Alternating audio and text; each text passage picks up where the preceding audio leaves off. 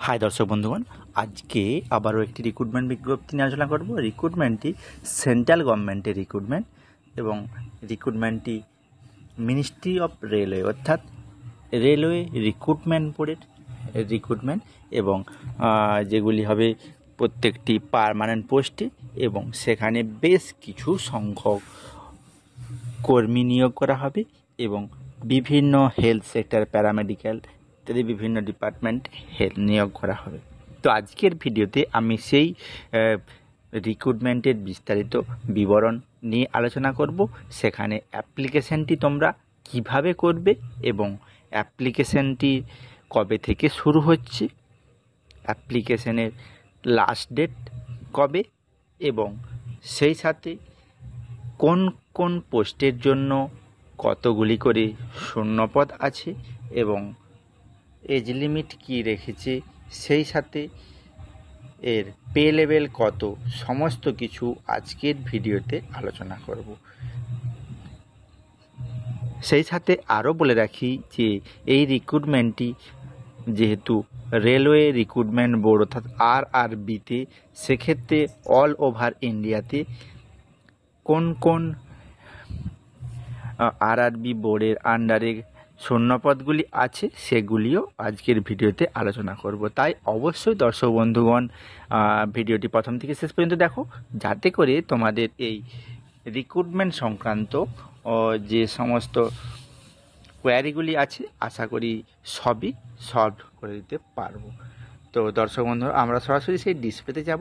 সেখানে আমরা দেখে নেব যে RRBতে যে শূন্যপদগুলি প্রকাশিত হয়েছে 2025-এ কবে থেকে অ্যাপ্লিকেশানটি শুরু হবে, সেগুলি স্টেপ বাই স্টেপ আমি আলোচনা করছি। তো চলো দর্শক বন্ধুগণ, আমরা ডিসপ্লেতে যাই।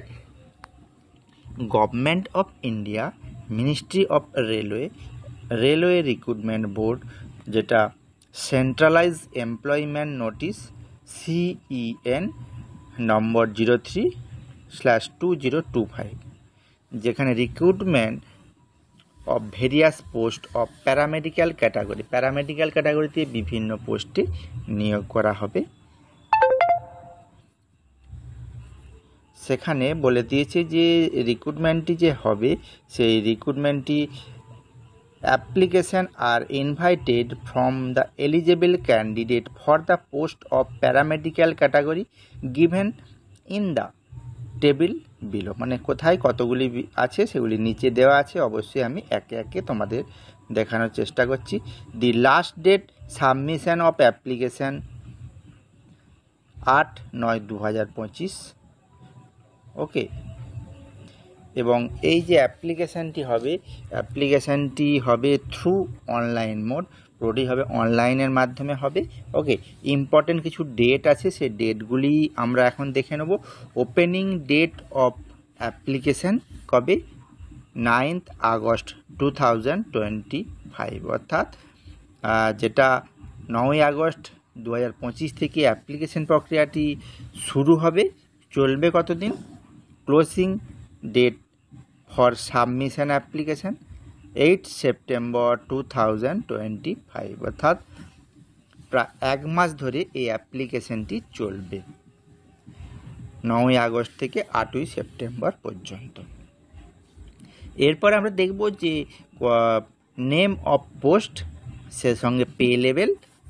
ওকে, এরপরে তার স্যালারি কত হতে পারে এবং সেই সাথে এজ লিমিট এবং টোটাল ভ্যাকেন্সি কতগুলি সেগুলি আমরা দেখব। নার্সিং সুপারিনটেন্ডেন্ট, যেখানে পে লেভেল 7, যেখানে পে কত? 44,900। মেডিকেল স্ট্যান্ডার্ড C1, যেখানে এজ লিমিট 20 থেকে 40 বছরের মধ্যে, যেখানে টোটাল ভ্যাকেন্সি আছে 272টি ভ্যাকেন্সি আছে। এরপরে আসছি ডায়ালাইসিস টেকনিশিয়ান, যেখানে pay level 6, per month salary হচ্ছে 35,400, মেডিকেল স্ট্যান্ডার্ড হচ্ছে B1, এজ লিমিট 20 থেকে 33, যেখানে 4টি শূন্যপদ আছে। Health and malaria inspector grade 2, যেখানে পে লেভেল 6, 35,400। মেডিকেল স্ট্যান্ডার্ড কত? C1, যেখানে পার মান্থ, যেখানে এজ লিমিটটা 18 থেকে 33-এর মধ্যে। শূন্য পদ আছে কত? 33টি। নেক্সট আসছি ফার্মাসি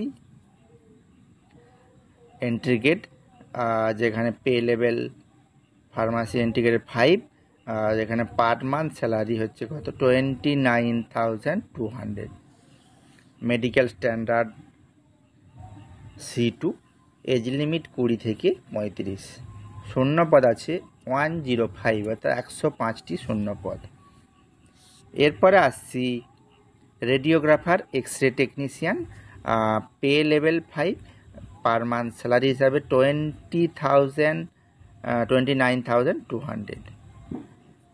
মেডিকেল স্ট্যান্ডার্ড B1, যেখানে এজ লিমিট বলে দিয়েছে 19 থেকে 33-এর মধ্যে। শূন্য পদ আছে 4টি।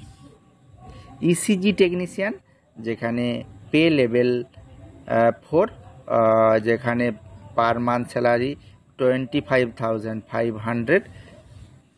মেডিকেল স্ট্যান্ডার্ড হচ্ছে C1, এজ লিমিট 18 থেকে 33। শূন্য পদ আছে 4টি।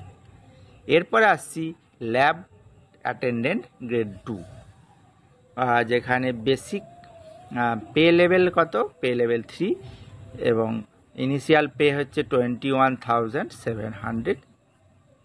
মেডিকেল স্ট্যান্ডার্ড B1, আর এজ লিমিট 18 থেকে 33-এর মধ্যে। শূন্য পদ আছে 12টি। টোটাল যে অল ওভার ইন্ডিয়াতে আরআরবিতে এই মুহূর্তে যে প্যারামেডিক্যালের যে শূন্য পদগুলি বেরিয়েছে, তার মধ্যে টোটাল শূন্য পদ আছে 434টি। 434টি বিভিন্ন পদে এই রিক্রুটমেন্টগুলি হবে, সেগুলি আমরা এখন আলোচনা করলাম। এরপরে বলেছি যে যারা এলিজেবল, অর্থাৎ এলিজেবল ক্যান্ডিডেটরা কি করতে পারবে, তারা ওই যে ডেটে আছে ওই ডেটের মধ্যে আধার ডিউরিং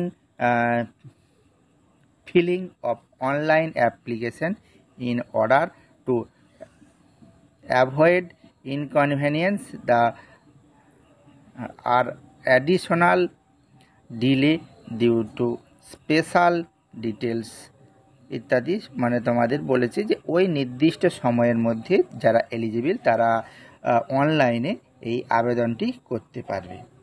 আবেদনের ডেটটি আরও একবার মনে করিয়ে দিই। আবেদনটি শুরু হবে 9ই আগস্ট 2025 থেকে, চলবে 8ই সেপ্টেম্বর 2025 পর্যন্ত। এই সময়ের মধ্যে যারা এলিজিবল তারা অ্যাপ্লাই করে ফেলতে পারবে।